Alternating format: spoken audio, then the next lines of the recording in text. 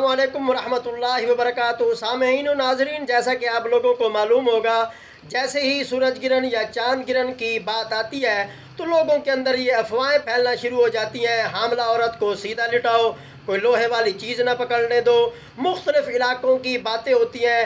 तो लिहाजा गुजारिश ये है कि इस्लाम के अंदर ऐसी कोई बात नहीं है। जैसे ही सूरज गिरहन या चांद गिरहन हो तो बच्चे के ऊपर भी कोई असर नहीं पड़ता, ना ही हमला औरत पर, कोई ऐसा मामला नहीं है। हाँ, ये जो सूरज गिरहन है, चांद गिरहन है, ये तो अल्लाह की निशानियों में से एक निशानी है।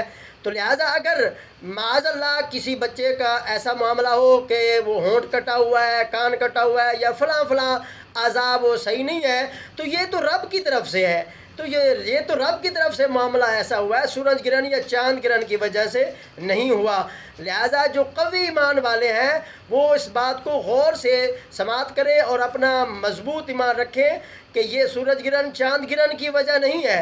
जो होते हैं कमज़ोर ईमान वाले, उनको हम पहले समझाएंगे, अगर वो समझ जाएं तो सुभान अल्लाह, नहीं तो ज़्यादा समझाने की ज़रूरत नहीं है। उसकी वजह यह है कि वो माज़अल्लाह ऐसा कोई मामला हो गया सूरज गिरहन या चांद गिरहन में, तो वो तो समझेंगे देखा है ऐसा हो गया, फलां हो गया, तो रब रसूल की बातों का वो इनकार न करना शुरू कर दें।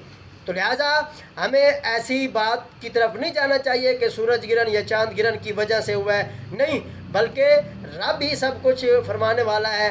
बंदे के हक़ में जो बेहतर होता है रब वही फ़ैसला फरमाता है।